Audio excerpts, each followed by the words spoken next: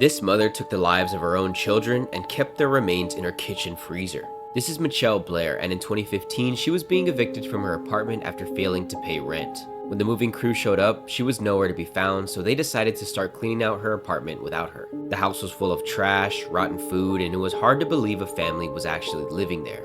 They continued to remove multiple items, but had to stop when they made a horrifying discovery. When they tried to move a freezer from the kitchen, they discovered the remains of 2 children inside. The police were called and they immediately began the search for Mitchelle. When she was found and arrested, she gave a disturbing explanation for her actions. Mitchelle claimed 2 of her children were harassing her youngest son, so she took matters into her own hands. Mitchelle tortured her 2 children, Stephen and Stoney, hitting them, burning them, and even keeping them from eating any food or drinking water. After weeks of this punishment, her 2 children passed away from their injuries. Mitchelle then forced her other children to help move their bodies into the kitchen freezer. Their bodies remained there for years, with her children living in fear of what would happen to them if they told anyone.